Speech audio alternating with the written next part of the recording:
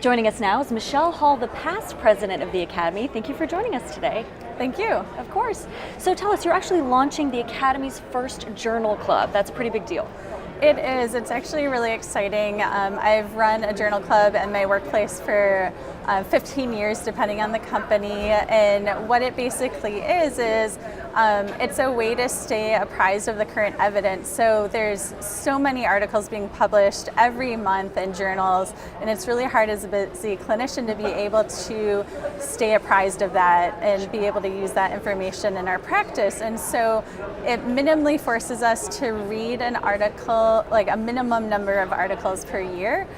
So we just get together with a couple of friends or colleagues, and we all read the same article, and then someone summarizes and critiques it, and then we all critique it together.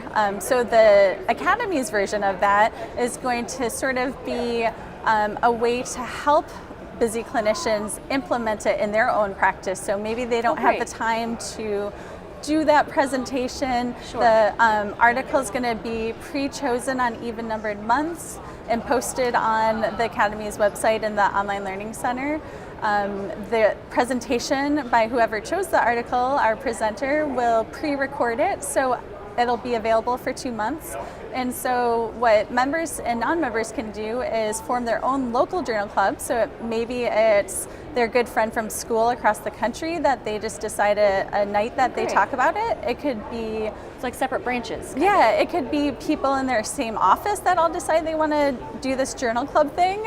And so what then they can do is they all read that same article that's been chosen at the Academy, watch the same presentation. So you have all these different local clubs that are all watching the same presentation, reading the same article, discussing it amongst themselves, and then we have a national discussion board on the website, so then they can post any questions or comments that their local discussion group had, and then foster this conversation nationally, and that's sort of the tie back with the Academy. And then if people want to receive credit for this activity, CEUs, they can log into the Online Learning Center and take the quiz after they've met all that criteria. So again, reading the article, watching the presentation, discussing it with their local club and critiquing it, and then they can go ahead and get credit. And it's free to Academy members. It's a small fee for non-members, so it's a really good member benefit.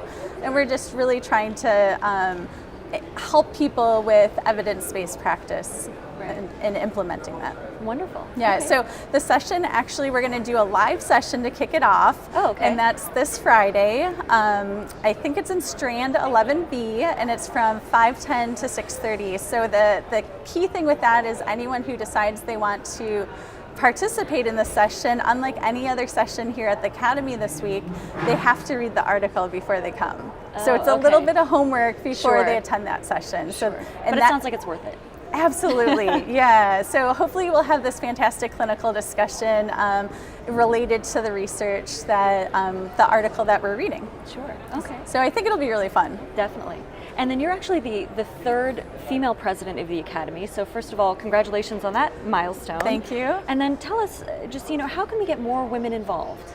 Yeah, so that's actually something we've pondered for years, and I think not only to get more women in the profession. So if I talk to some of my colleagues that have been in the career maybe 30 years versus 15 to 20, they tell stories of being the only woman in their class, and the challenges that were brought with that in a male-dominated field. Sure. My experience was quarter to a third of each of my classes were women, so we were still quite the minority, and it was quite surprising to learn how few women historically across all the national organizations, the Academy included, have served in on the national boards.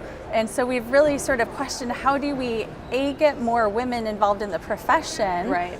Because it's a wonderful profession for both genders, all people, and clinicians. But it's also a great thing to encourage. If you have women serving at the national level on boards, other people see that and say, hey, maybe I can do that. Sure. And then they enter the profession, and it makes the profession better.